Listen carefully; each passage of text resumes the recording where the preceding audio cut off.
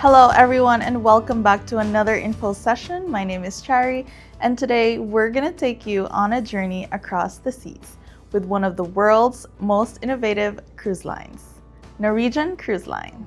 Hello everyone, joining us today is Miss Tanya States, a business development manager from Norwegian Cruise Line, and she's going to be sharing with us everything you need to know before you embark on a journey with Norwegian Cruise Line. Hi, Miss Tanya. Thank you so much for joining us today. Thank you for having me, and hello from everybody. Thank you. So let's start with the bigger picture. Can you give us an overview of Norwegian Cruise Line and what sets it apart from other cruise lines? Absolutely. Really what sets us apart first and foremost is I believe that we are the innovators of the industry doing the first of many things.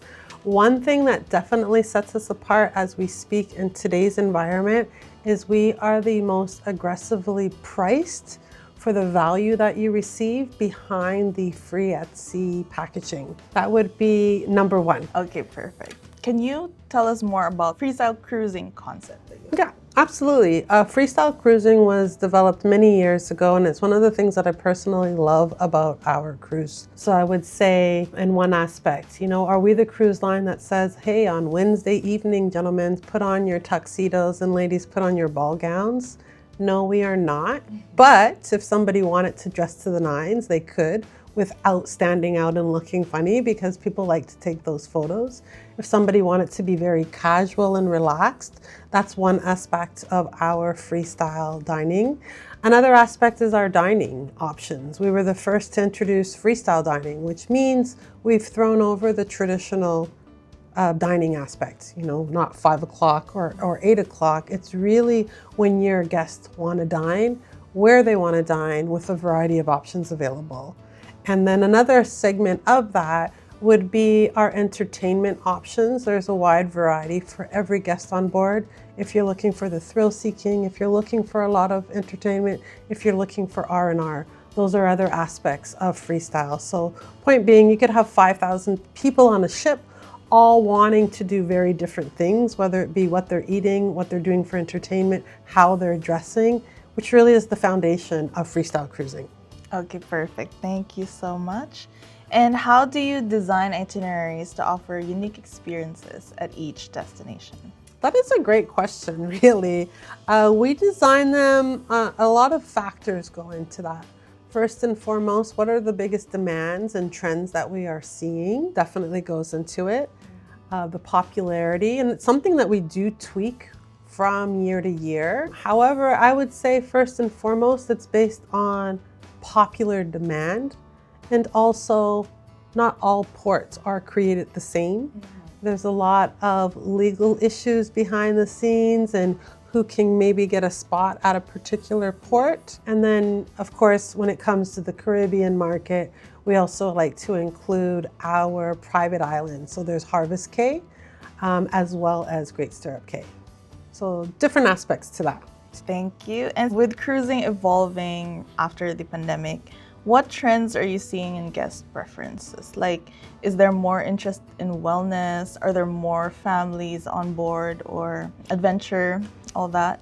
I would say hands down, the biggest trend that we're seeing as an organization is our solo cabins. Again, we were the first cruise line 2010 to introduce them, but they've been so popular that they are available across our entire fleet. And we're seeing more solo travelers, whether they are actually traveling by themselves or just looking for different options. That would be a big trend. And we're also seeing an increase on people that are deciding to tie the knot on board or redo their vows. And Norwegian Cruise Line attracts all kinds of travelers. Do you offer specific activities for adventure seekers, wellness lovers, or guests looking into fitness and relaxation? I think check to all of the above, which is part of the reason why we are such an easy sell. We offer so many options for all guests. Again, if they're looking for adventure, whether it be something on our ships, like some of the go-karts that are on the ships, or maybe adventure from one of the ports that we stop at. If they're looking for R&R, well, there's a wide variety of that. My favorite spot is in the spa personally, but again, there's a good mix for everyone. Perfect. And you've mentioned earlier the entertainment on board. Can you give us a deeper look in what guests can expect? A nice variety. So I'll start with our big productions because they've always been very popular with us. We have just launched 4 new shows across 9 different ships in September of 2025. Yeah. It's something that we pride ourselves in. We have a high repeat guests because of their overall satisfaction. I just did a seminar at sea where I had agents on board, and we were on the Escape out of New Orleans, and Choir of Men was one of the shows on board. I'm personally not a big musicals, but the first time I went into Choir of Men, I didn't quite know what to expect. And within 10 minutes, I found myself continuously, tapping my foot. And at the end of it, everyone was on their feet wanting more. Well, that must be fun. But of course, it's not just musicals. I saw earlier you have Deal or No Deal. Yes. So I talked about the big shows because that's a big part of it. But yeah, as far as entertainment, there is a wide variety. So we do have our comedy clubs. Sid Norman's is very, very popular. It is deliberately a smaller venue. So it's something I would say for guests to make sure that they arrive early. But not every ship is the same. So yes, and we spoke about some of the big production shows where it looks like the game itself, Deal or No Deal. There's some ships that have Prices Right. So again, just some examples of entertainment that cater to a wide clientele as far as age demographics is concerned, as well as personal taste. And now let's talk about where guests stay and how the onboard experience is curated. Can you explain the different types of accommodations available and what makes them special? Sure. So starting from the very top would be our Haven category, the creme de la creme, so to speak, where it is definitely a VIP experience with butler service, completely different than all other accommodation on board our ships. I would say the solo cabins as well, because they have some unique features. Not only is it a growing trend, and again, not every ship is designed the same, but those traditional ships was an access card where they walk down a hallway to all of their rooms. But the solo cabins also have their own exclusive solo lounge or studio area. So if you're truly traveling by yourself, especially as a woman, you can meet other guests on board. There's little message boards, maybe if, in the aspect of traveling as yourself as a woman, of, hey, we've arrived at whatever port the next day. Is anybody doing an excursion? Do you want to do one together? So it's a nice place to mingle with like-minded guests itself. So that's a very unique experience. But a broad category that is a must for all, especially if you're a first-time cruiser, is a balcony. And you cannot put a price tag on having the ability to be in your room, to have the ability to open that balcony and to feel the ocean breeze and hear the sounds, is unique in itself. I agree. Thank you. And how do the cruise managers or staff assist guests during pre or post arrival and during excursions? Well, it depends on what your guests are looking for. I mean, if guests are on board and they have not pre-booked an excursion, they can do so on the app. They can go up to one of our excursion desks, ask all the questions with assistance there. I have, and again, I'll use the example of my most recent seminar at sea, getting to see both sides of the business. I had a groups coordinator, but the groups coordinator on board, they truly are a godsend. They feel like they drop out of the sky for everything that you need to ensure that everything that you've planned for your group, whether it's a private cocktail, etc., that things go exactly smoothly. So that's a fantastic thing, especially if you're doing groups, to know that there's that support on board to make things go smooth. How does NCL handle accessibility for guests with mobility challenges? We do have mobility accessible rooms in our cabin, and what I would say for everyone that's tuning in is when you go on to the booking engine, when you're actually through the stage where you can see the cabins that are available, there's a legend to help you identify those cabins. Okay, nice. Thank you. Now, food is a highlight for many travelers. Let's dive into dining experiences on board and at destinations. So, what culinary experiences can travelers expect on board? They can expect to be delighted. A lot of options available. As a mom myself, I love not cooking on board and having everything available to me. But there's a wide variety. So there's always a buffet. There's the 24-hour option for those comfort foods late at night. There is room service available if people are looking for it. We have our main dining rooms. And then to really, I guess, treat your palate would be to choose from one of our mini specialty restaurants. Cagney Steakhouse by far is the number one.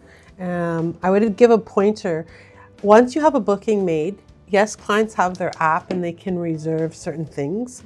If they are unable to reserve a show or a restaurant, my tip of the day would be on day one, as soon as they arrive on the ship, before getting to their cabin, ask the crew, where can I book dining? Where can I book shows? To ensure that you are securing a spot for the best overall experience. Awesome, thank you. And how does NCL bring local cuisine and culture on board depending on the destinations that you sail to? That is a great question. I have been to many of our sailings. I would say one example, Caribbean is big for us. So we have theme nights sometimes. So say being in the Caribbean, having a Caribbean themed, whether it be jerk chicken or jerk pork.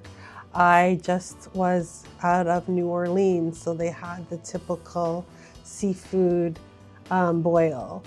So we try to bring elements like that wherever we are sailing in international waters. That's perfect because NCL is pretty much all over the world. It is, 7 continents. Of course. And can NCL accommodate special dietary requirements? Like, I know you have plant-based, vegetarian, but do you also have gluten-free options or kosher options? There are some gluten-free options that are available. With kosher, I would say to reach out to the team directly with a particular sailing to see what currently is available. But gluten-free, I know most definitely we do have options on board, some that are identified on the existing menus, some that are not. But special requests can be addressed in advance, preferably. That's good to know. Now, sustainability is such a big topic in travel right now. How is Norwegian Cruise Line taking the lead when it comes to eco-friendly practices? That is a big one and something that we have been looking at, working towards and continue to. So on a smaller scale, one of them is with the Free at Sea program, water is not automatically included. And that's just unfortunately because the amount of waste that we see on any ship really. But we are looking at how we can change some of our ships fuel-wise. We are looking into the future of different ports where they can have certain things that kind of just plug into our ships. But again, this is looking into the future. Some of these things are not yet physically here, but if you want full details on Norwegian website, we actually have a very large article about the different initiatives that we do on a global scale. Do you do anything to ensure cruises positively impact local communities? We do, and that's also a great question. In certain areas of the world, giving back to a community in one way or another, whether it be getting our hands dirty, so to speak, helping with the community or supporting them financially with aid. So we're always looking at ways of doing that. Okay, that's nice, thank you. And are there any recent innovations on board that enhance guest experience? Our most recent innovation, because we are a company of innovation, would be Aqua. So with Aqua, we have removed the traditional racetracks, and it's the first of its kind in the open waters, called the Aqua Coaster. So very innovative, very fun. It's complimentary. Imagine a roller coaster where you're really sitting on a two-seater boat that pushes you into a water slide ultimately. So we're always looking at ways to be innovative, and that would be our most recent example. Perfect. And now we've reached the end of the interview.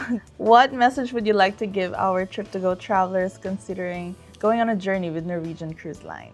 My last message is please do consider us. We are the easiest cruise line to cater to a wide range of clients.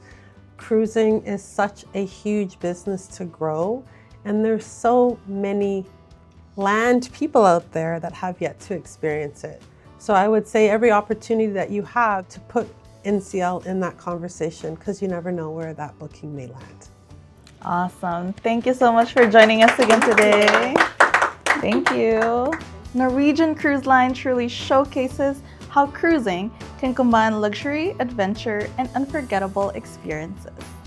Don't forget to check out our website, TripToGo.com, and please follow us on our social media channels for more insider interviews, travel tips, and destination spotlights. Until next time, happy travels from all of us at Trip2Go.